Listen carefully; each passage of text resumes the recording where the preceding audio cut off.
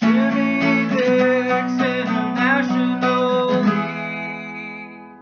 Hey everybody, today I'm going to take you on a tour of my garden. It's the middle of June 2016. I want to show you how it looks so far. So, as you can see, we got flowers. You're going to see flowers everywhere. And the reason for the flowers is not only because my wife likes them, but because it attracts pollinators to pollinate everything that I've planted. So, I live in the city, Colorado Springs, so I have to do a lot of container gardening and a lot of raised bed gardening. So this is the first tomato plant of the day. You see we got blooms going on here. Down here below, we have basil. Basil does two things. One, it helps keep insects away that are going to eat up the tomato plant. They don't like the smell. Here I have chives. You can see they're quite big. Back there's another basil plant. So this is tomato number one. There's Gator. Gator. Hi. In the yard here, oh look, we have some chickens. Here's the hen house that I built. You're allowed to have 10 chickens. No roosters, just chickens. And they make the best eggs. I let them out to eat some of this grass. We've been getting a lot of rain, so our grass is growing like crazy. My son has to mow like twice a week. So let's take a walk. This is our wee backyard. Over here, some of my wife's more flowers. Back here is raised bed number one. The first raised bed ever that I built. So down here, we have some onions. In the front here's onions. More flowers. Inside this little container here, that's kale. More basil. This is my pepper plantation, by the way.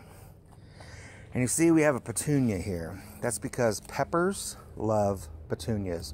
It's called companion planting. They put a lot more stuff back into the soil that the peppers deplete and that they need. So if you're growing a lot of peppers, put a petunia in there. Also, don't be afraid to grow your peppers close together. They like the bases of their stems shaded a little bit. So here's some more kale. So this is a habanero pepper. This is jalapeno. Jalapeno and jalapeno. Here's some more jalapenos. And you can see some of these little buggers. Ooh, here's one. They got some on there growing. Can you see the little jalapenos growing on there? Hey, peppers. These back here are bell peppers. You can see I got one little bell pepper starting. This one and this one is eggplants.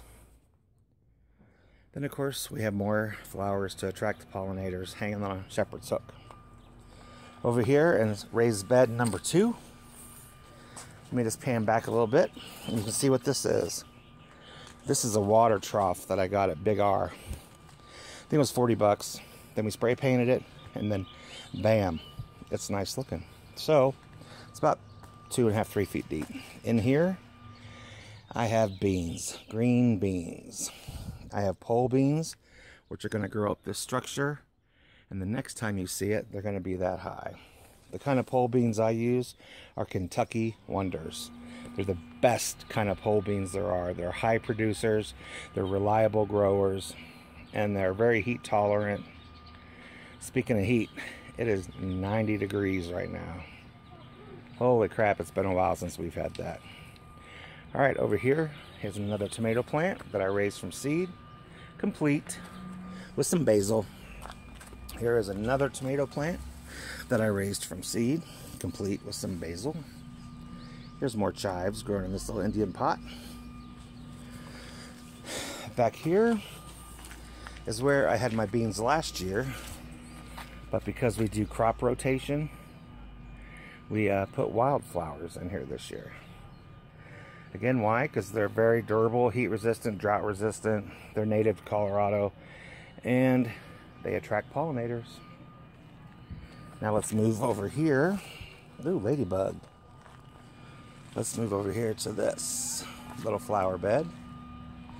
And then tucked away in my wife's flower bed. Oh, what do we have here? Growing up this little trellis, will be more green beans, Kentucky Wonders. But we're not done there. This cilantro. Can you tell by how many tomato and jalapeno plants that we're going to be making salsa later? So now we have more herbs. This is tarragon. There's some lavender. And this, I think, is a flower. Okay, which moves to our barrel. Oops, what the hell did I just do? Okay, there we go. As you can see, basil, basil, basil. Another big old tomato plant with blooms. And this, my friends, Italian parsley. You will be seeing some of this in my next video because I'm going to use fresh parsley.